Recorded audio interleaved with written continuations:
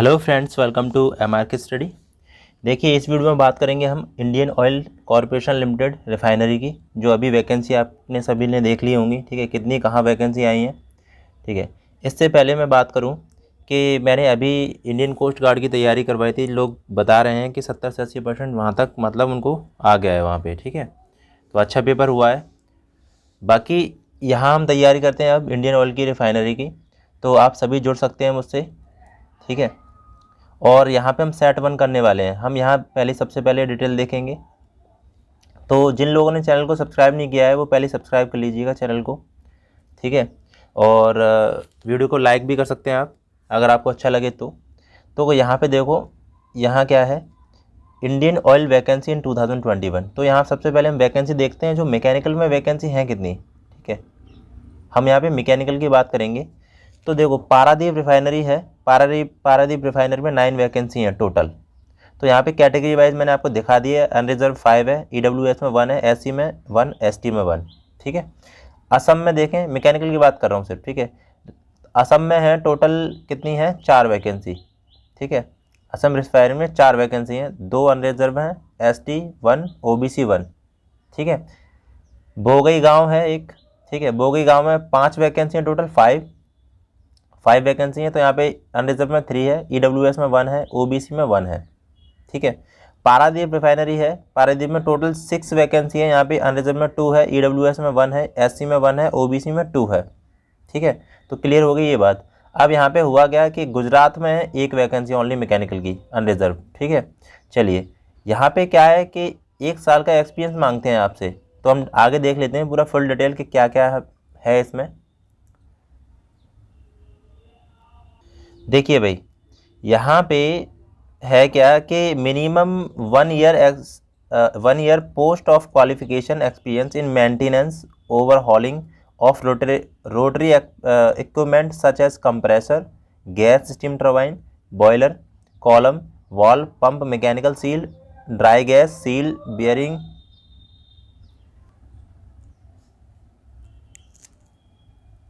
तो देखिए यहाँ पे ड्राई गैस हो गया, सील हो गया, bearing, general and anti friction bearing है, safety valve, ETC in petroleum refinery, petrochemical, heavy chemical, fertiliser, power plant and large industrial establishment.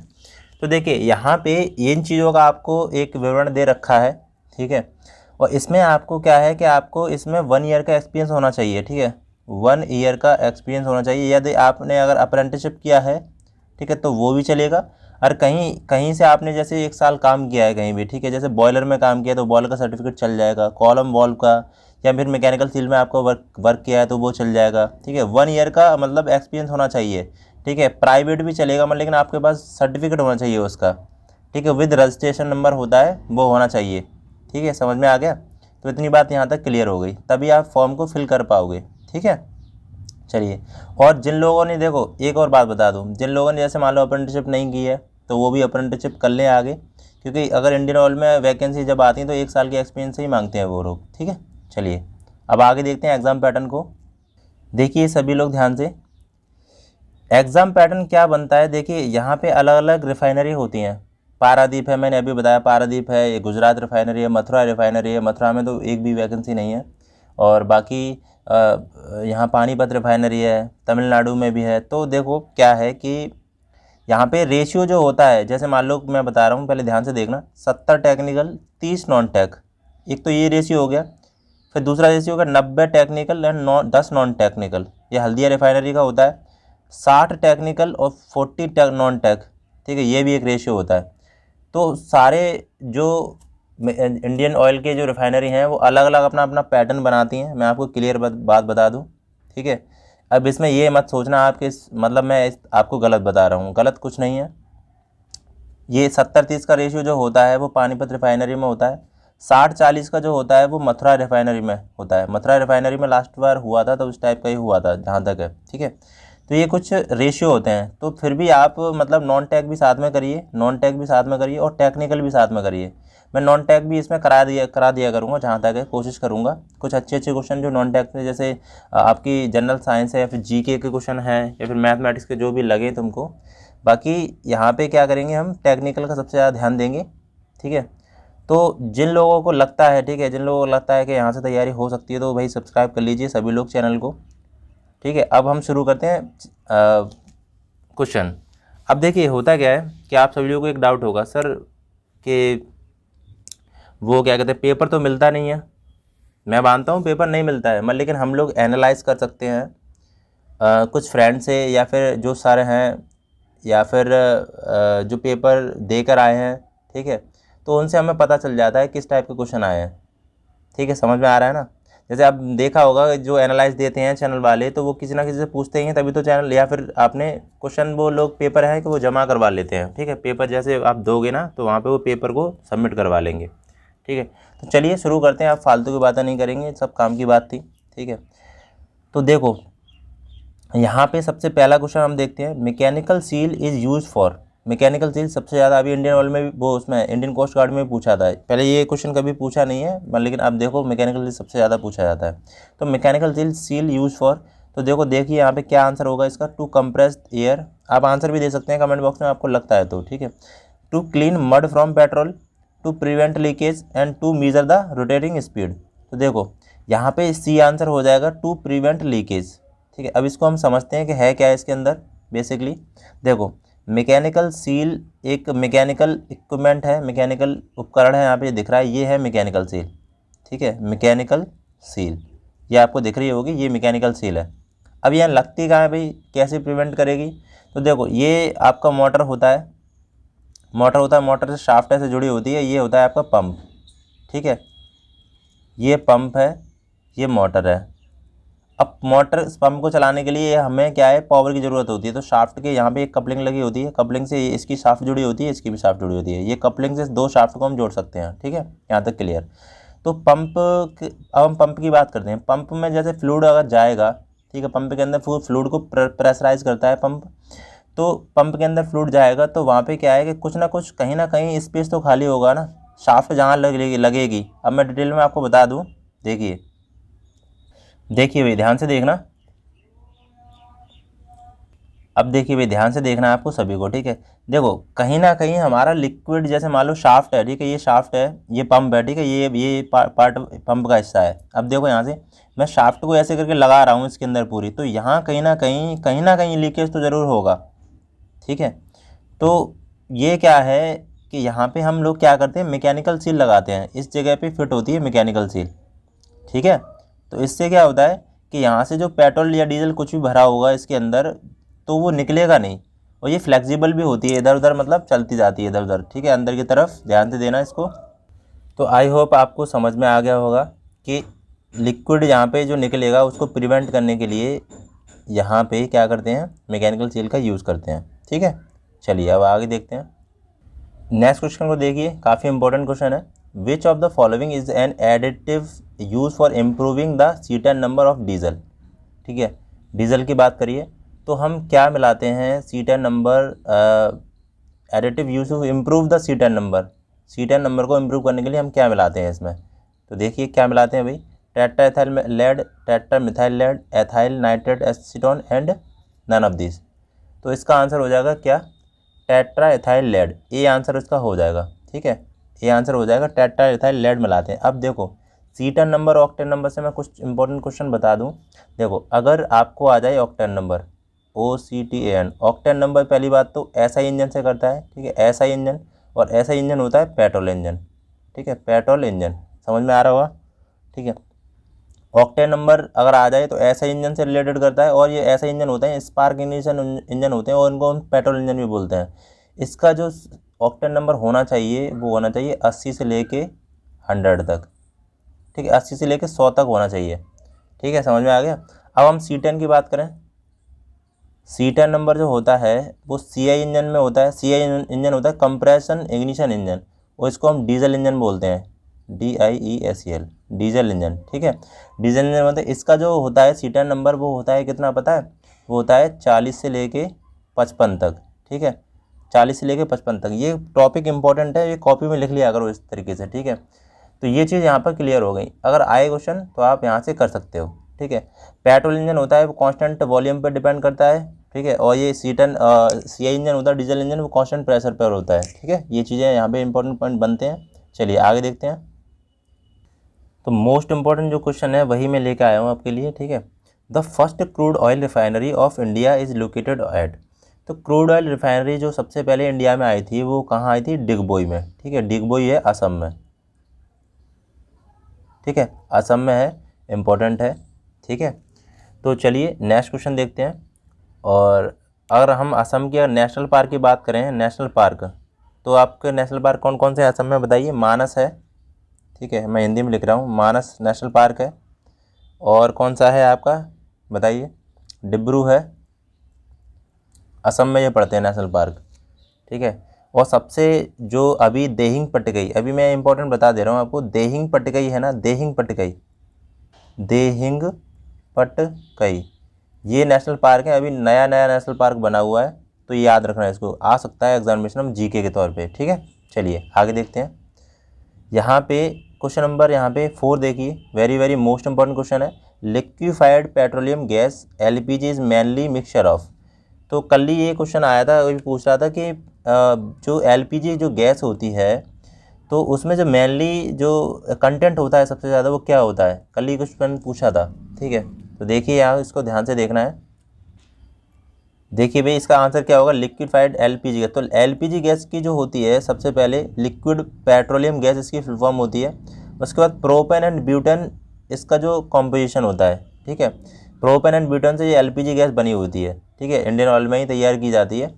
अब यहाँ पे बात क्या करते हैं हम, सबसे पहले देखिए ध्यान से देखना, प्रोपेन की बात करें तो प्रोपेन का जो फॉर्मूला होता है वो C3H8 होता है, ठीक है।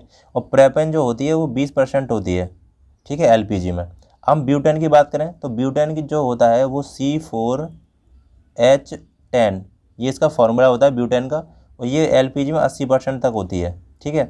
तो कल पूछा था किसी ने, तो 80% ब्यूटेन होती है, सबसे ज़्यादा मात्रा होती है, क्वांटिटी वो ब्यूटेन की होती है 80%, ठीक है। याद रखना इसका फॉर्मूला क्या होता है? CHS10। और इसका जो केमिकल फार्मूले से और बने जो एल्केन वाले फार्मूले से बनते हैं CnS2n, ठीक है, CnS2n इससे बनता है।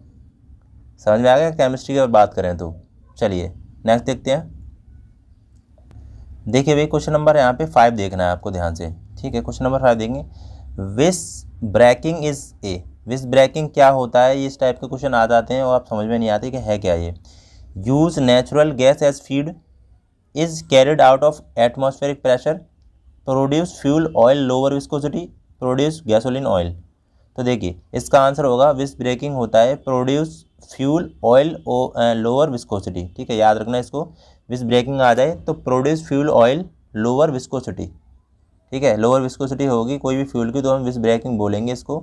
अब यहाँ पे देखो मैं आपको यहाँ पे लुब्रिकेंट के बारे में बताऊंगा, ध्यान से देखना, ठीक है। लुब्रिकेंट होता है, लुब्रिकेंट होता है वो उसके बारे में बताऊंगा। विस्कोसिटी यहाँ पे एक आ गया, इसके बारे में फुल पॉइंट बताऊंगा। तो आपको वीडियो को बस ध्यान से देखना है, स्किप मत करना, मैं कह रहा हूँ यहीं से क्वेश्चन आते हैं और आप इसको नोट कर लेना कॉपी में, ठीक है। चलिए अब देखते हैं आगे। तो देखिए यहाँ पे जो विस ब्रेकिंग है, विस ब्रेकिंग का मतलब क्या आता है? फ्यूल लोअर विस्कोसिटी, जहाँ पे लोअर विस्कोसिटी, फ्यूल की जो लोअर विस्कोसिटी होगी उसको विस ब्रेकिंग बोलेंगे। इसके बाद एक स्टडी ऑफ ट्राइबोलॉजी आता है, ठीक है, उसको क्या बोलते हैं? यहाँ पे मैं साइड में लिख दे रहा हूँ, ठीक है, STUD by study of lubrication. Study of lubrication होता है उसको हम बोलते हैं ट्राइबोलॉजी, TRIBOLOG बाई, ठीक है। अब लुब्रिकेशन क्या करता है? वो लुब्रिकेशन क्या करता है ध्यान से देखो, रिड्यूस फ्रिक्शन करता है, फ्रिक्शन को रिड्यूस करता है। और फ्रिक्शन का फॉर्मूला क्या होता है? F बराबर म्यू आर, ठीक है, सारी चीज़ें मिलेंगी। उसके बाद देखिए प्रिवेंट वियर, प्रिवेंट वियर मतलब जो टूट फूट होती है उसको कम करता है। उसके बाद यहाँ पे बात करें protect the equipment, protect the equipment, ठीक है, इक्विपमेंट जो भी होंगे आपके मशीनिंग पार्ट होंगे उसको प्रोटेक्ट करेगा। और फ्रॉम कोरोजन,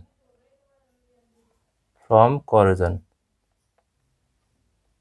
ठीक है, ये चीज़ें हो गई यहाँ से लुब्रिकेशन से। अब जो इंडियन ऑयल में जो लुब्रिकेशन यूज़ करा जाता है वो सर्वो सिस्टम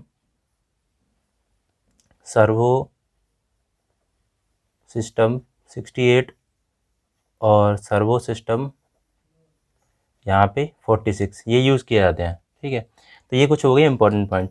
अब यहाँ पे हमने विस्कोसिटी की बात करी, ठीक है, तो यहाँ पे हम विस्कोसिटी की बात कर लेते हैं।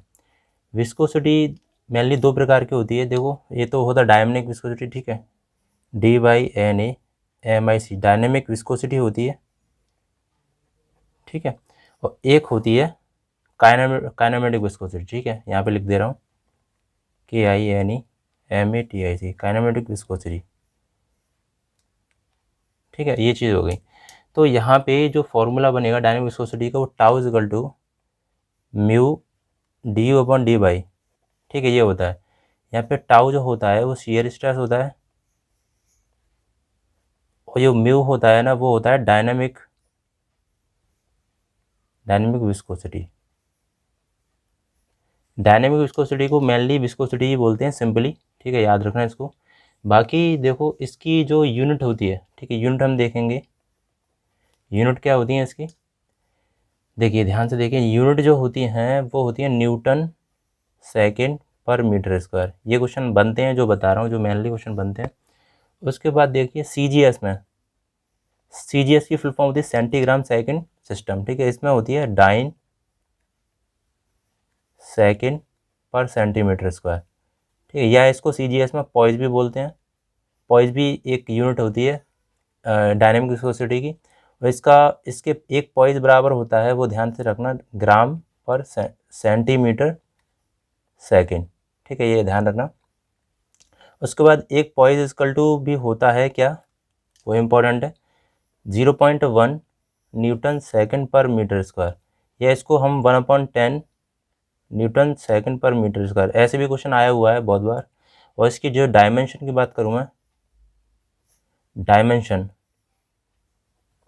तो यहाँ पे होती है इसकी ML-1 T-1, ठीक है, इतनी चीज़ क्लियर हो गई।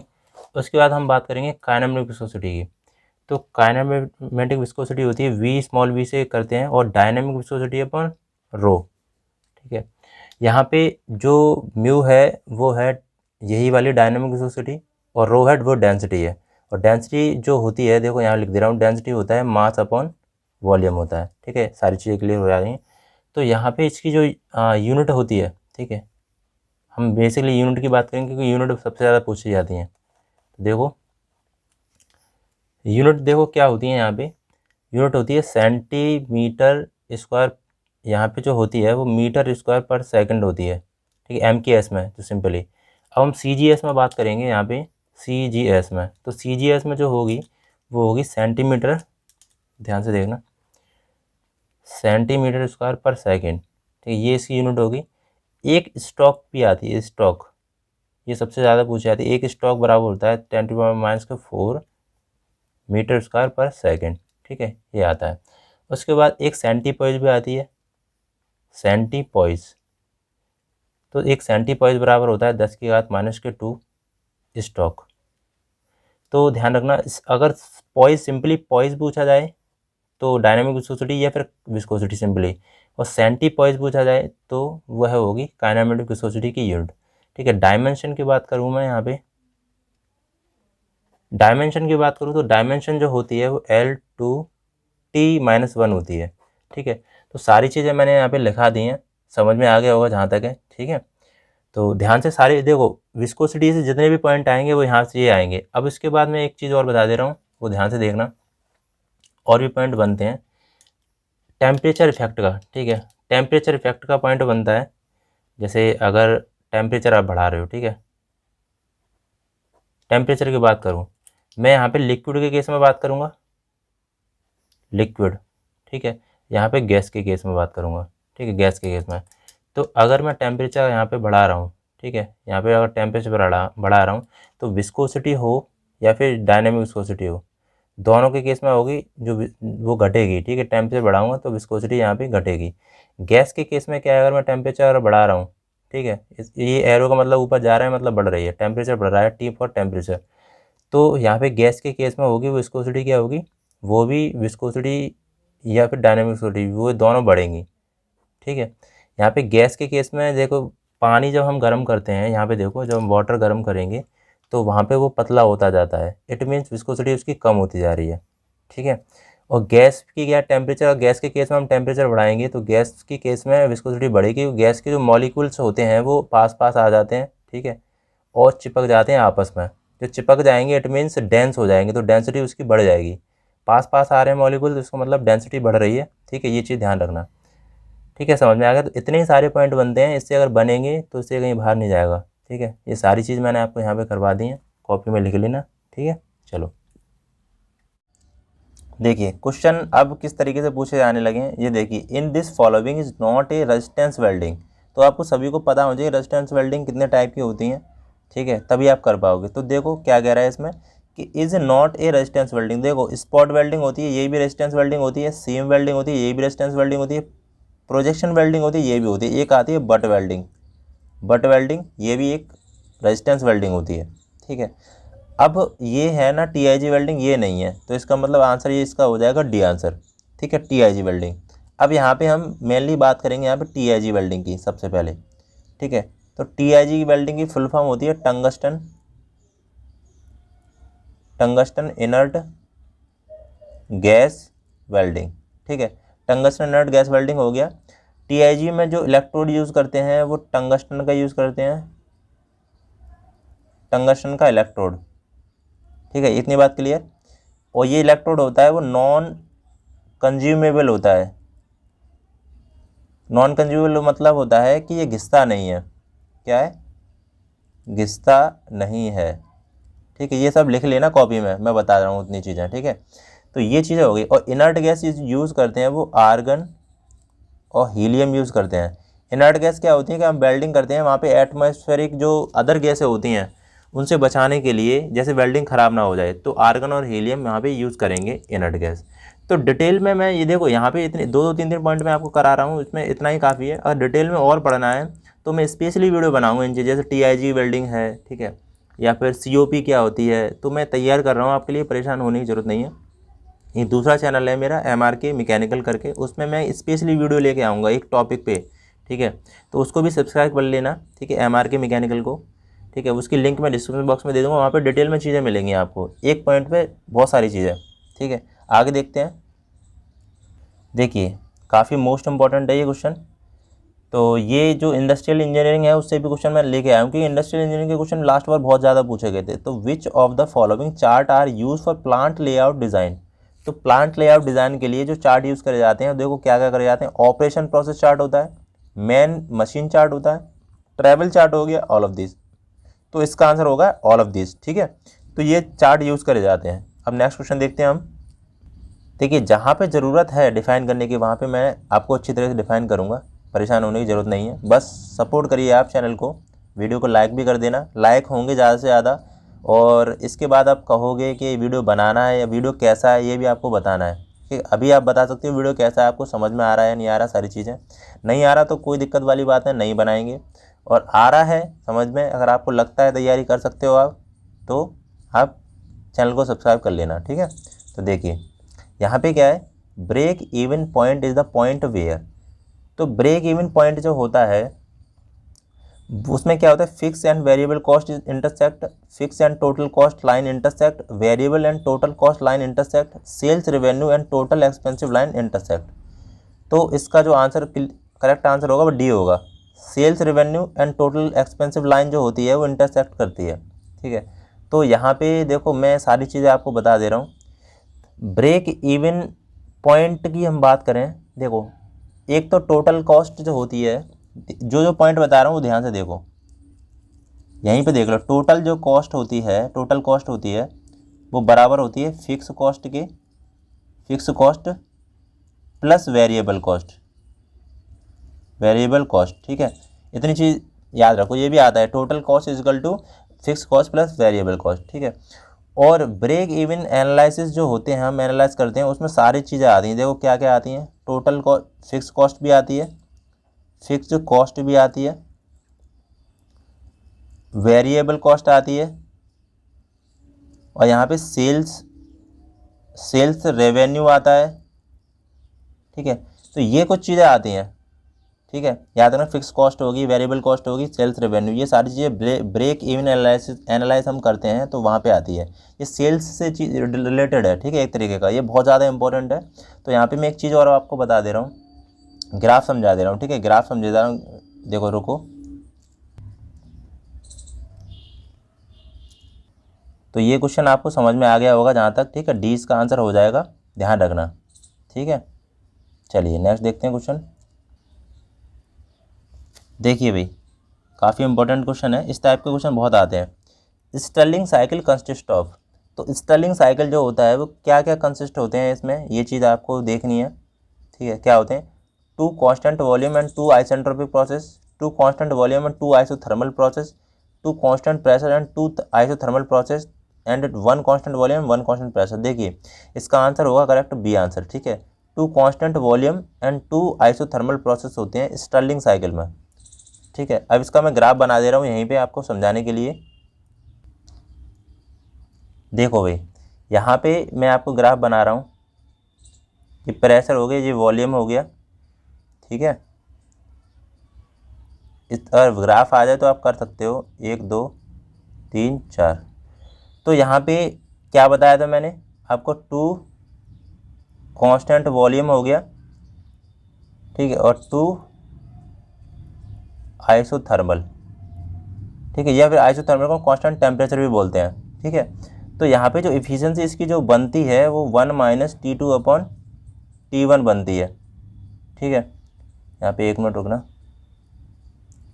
ये होता है T1, ये इफिशियंसी बनती है इसकी, और ये इफिशियंसी जो होती है वो बराबर होती है किसके, कार्नोट साइकिल के, Carnot cycle.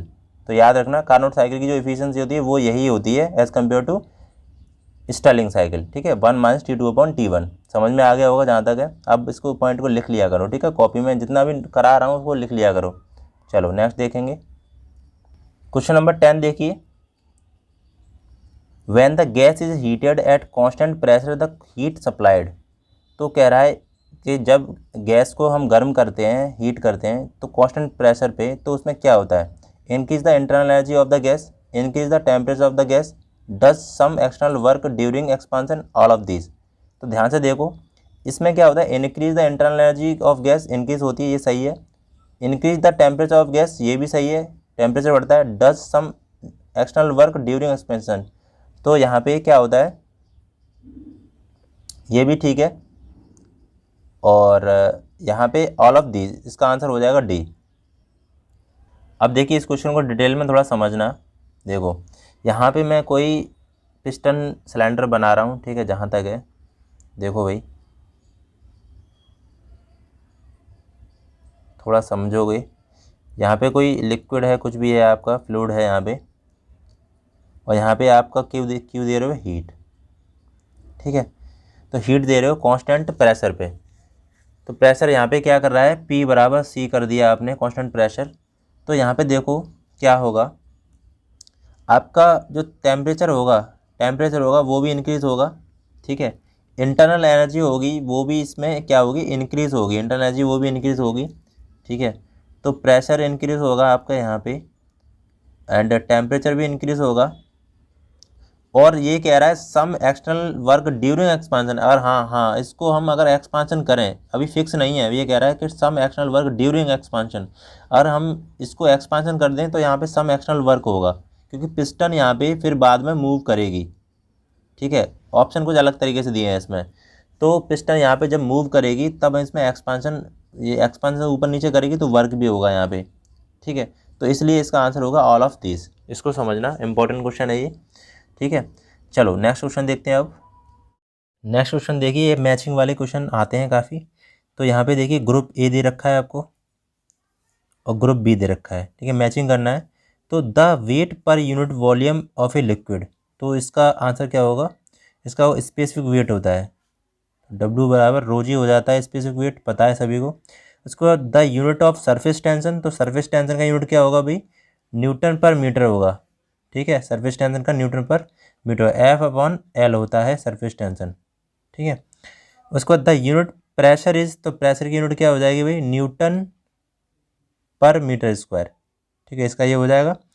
The pressure intensity at any point of liquid, ये हो जाएगा डब्ल्यू एच, ठीक है, डी हो जाएगा, ठीक है, डब्ल्यू एच। ओके, तो ये कुछ इंपॉर्टेंट पॉइंट है, इस तरीके से आपको तैयारी करनी है बढ़िया तरीके से। बाकी नेक्स्ट देखते हैं क्वेश्चन। क्वेश्चन नंबर 12 देखिए, एक न्यूमेरिकल है ये। देखिए, a water tank contain 1.3 metre deep water, the pressure exerted by the water per metre length of the tank is, ठीक है। तो यहाँ पे आपको pressure exerted by the water per metre length of the tank is, ये आपका क्या होगा, ठीक है, ये आपको फाइंड करना है। तो देखिए इसको कैसे करेंगे। देखिए भाई, ये क्वेश्चन आपको दिख रहा होगा, ये कोई वाटर टैंक है। यहाँ पे मैंने आपको बताया कि water tank contains 1.3 metre deep, तो 1.3 मीटर डीप है यहाँ पे, ये क्या है, एच बराबर 1.3 मीटर है।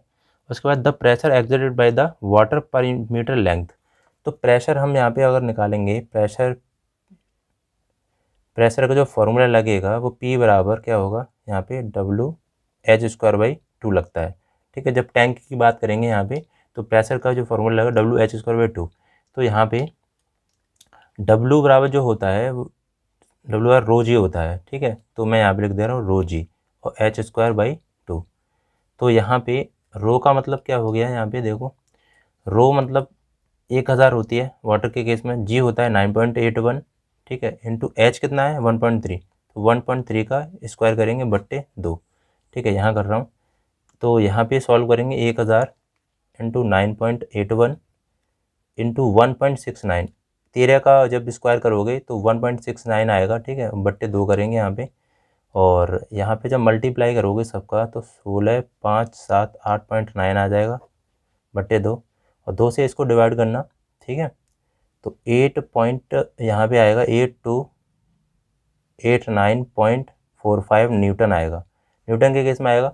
बल्कि न्यूटन में अपना आंसर नहीं दे रहा है, किलोमीटर में दे रहा है, तो बट्टे हम क्या करेंगे, इसमें 1000 का हम भाग देंगे, ठीक है। तो आंसर जो आएगा वो 8.29 किलो न्यूटन आएगा, ठीक है, 8.29 जो बी आंसर हो जाएगा आपका, ठीक है, बी आंसर हो जाएगा। चलिए नेक्स्ट देखते हैं। नेक्स्ट क्वेश्चन देखिए, piezometer tube is use to only for measuring, तो पीजोमीटर जो होता है उसको कैसे क्या मेजरमेंट करते हैं, low pressure, high pressure, moderate pressure and vacuum pressure. तो पीजोमीटर जो होता है वो उसको हम करते हैं मॉडरेट प्रेशर, ठीक है। मॉडरेट प्रेशर मतलब हाई प्रेशर को मेजरमेंट नहीं करते हैं इससे, ओनली फॉर मॉडरेट प्रेशर को मेजरमेंट करते हैं। बाकी प्रेशर की जो यूनिट है, जो मेजरमेंट डिवाइस है, वो मैं आपको बता देता हूँ आगे। चलिए देखते हैं। यहाँ देखिए कुछ इंपॉर्टेंट डिवाइस हैं, वो मैं आपको बता दे रहा हूँ। पीजोमीटर होता है, PIE पीजोमीटर। पीजोमीटर से हम जो मेजरमेंट करते हैं वो मॉडरेट प्रेशर करते हैं, मॉडरेट प्रेशर, ठीक है, मॉडरेट मतलब मीडियम प्रेशर, ठीक है, एक तरीके का। और इसके बाद आता है मैनोमीटर, MANO। तो मैनोमीटर आता है, उससे हम प्रेशर पाइप, यहाँ पे लिख दे रहा हूँ मैं, ठीक है, प्रेशर पाइप इन चैनल। और इससे मैनोमीटर से हम हाई प्रेशर भी मेजरमेंट कर सकते हैं, PR मतलब प्रेशर। और इससे हम गैस का प्रेशर भी मेजरमेंट कर सकते हैं, ठीक है, ये ध्यान रखना। पीजोमीटर से हम गैस का प्रेशर मेजरमेंट नहीं करेंगे, ठीक है, नहीं कर सकते। मैनोमीटर से क्या करेंगे, प्रेशर पाइप इन चैनल, हम हाई प्रेशर भी मेजरमेंट कर सकते हैं, हम गैस का प्रेशर भी मेजरमेंट कर सकते हैं, ठीक है। डिफरेंशियल एक मैनोमीटर आता है, ठीक है, यहाँ लिख दे रहा हूँ, डिफरेंशियल मैनोमीटर, डिफरेंशियल मैनोमीटर। तो डिफरेंशियल मैनोमीटर होता है डिफरेंस प्रेशर बिटवीन 2 पॉइंट्स। मान लो कि एक पाइप में यहाँ पे आपका फ्लूइड बह रहा है, ठीक है, तो एक पॉइंट मान लो ये है, एक पॉइंट मान लो ये है, P1 P2। तो इन दोनों के बीच अगर हम प्रेशर मेजरमेंट करेंगे, ठीक है, तो डिफरेंशियल मैनोमीटर से यूज़ करेंगे, ठीक है। तो यहाँ पे मैं लिख दे रहा हूँ सारी चीज़ें, यहाँ लिख दे रहा हूँ, डिफरेंस प्रेशर बिटवीन 2 पॉइंट्स, ठीक है, याद रखना, ये इंपॉर्टेंट है, डिफरेंशियल प्रेशर बिटवीन 2 पॉइंट्स। तो ये यहाँ पे क्या कहते हैं, इसका यूज़ होगा, ठीक है। तो ये चीज़ इंपॉर्टेंट है। बाकी यहाँ पे और भी डिवाइस आती हैं, जैसे वेंचुरीमीटर है। वेंचुरीमीटर को आप कैसे रेट ऑफ फ्लो मेजरमेंट करते हैं, ठीक है। और यहाँ पे सबसे ज़्यादा जो आती है Pitot tube, PITOT, Pitot tube होती है, वो वेलोसिटी मेजरमेंट करने के लिए होती है, ठीक है। वेलोसिटी मेजरमेंट करने के लिए होती है, तो ध्यान रखना इसको।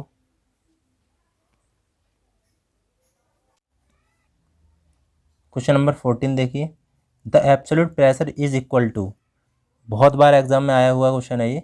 तो P एब्सोल्यूट जो होता है, P एब्सोल्यूट होता है वो P pressure, gauge pressure plus P atmospheric pressure होता है। तो ये एक इक्वेशन है पूरी, absolute pressure is equal to gauge pressure plus ATM pressure, ठीक है।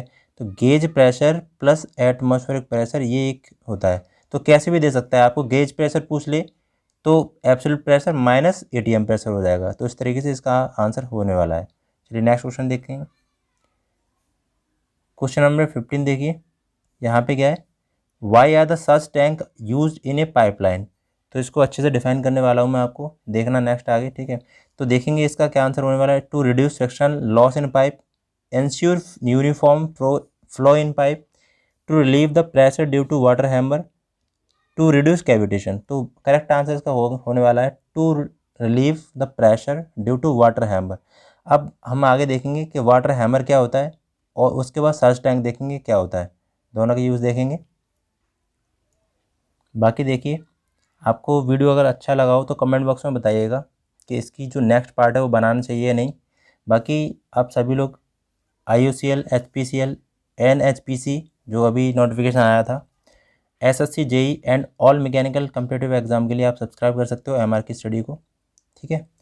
तो बाकी जो मैं आपको एक बात बता दे रहा हूँ, ये इसके से रिलेटेड जो भी वीडियो हैं इंडियन ऑयल से रिलेटेड, वो सारी प्लेलिस्ट मैंने कमेंट यहाँ पे डिस्क्रिप्शन बॉक्स में दे दी है, ठीक है। लिंक वहाँ पे मिल जाएगा नीचे, तो सारी वीडियो देख लेना, वहाँ पे इंपॉर्टेंट कलेक्शन है रिफाइनरी का, ठीक है। तो चलिए नेक्स्ट वीडियो में मिलते हैं। जय हिंद, जय भारत।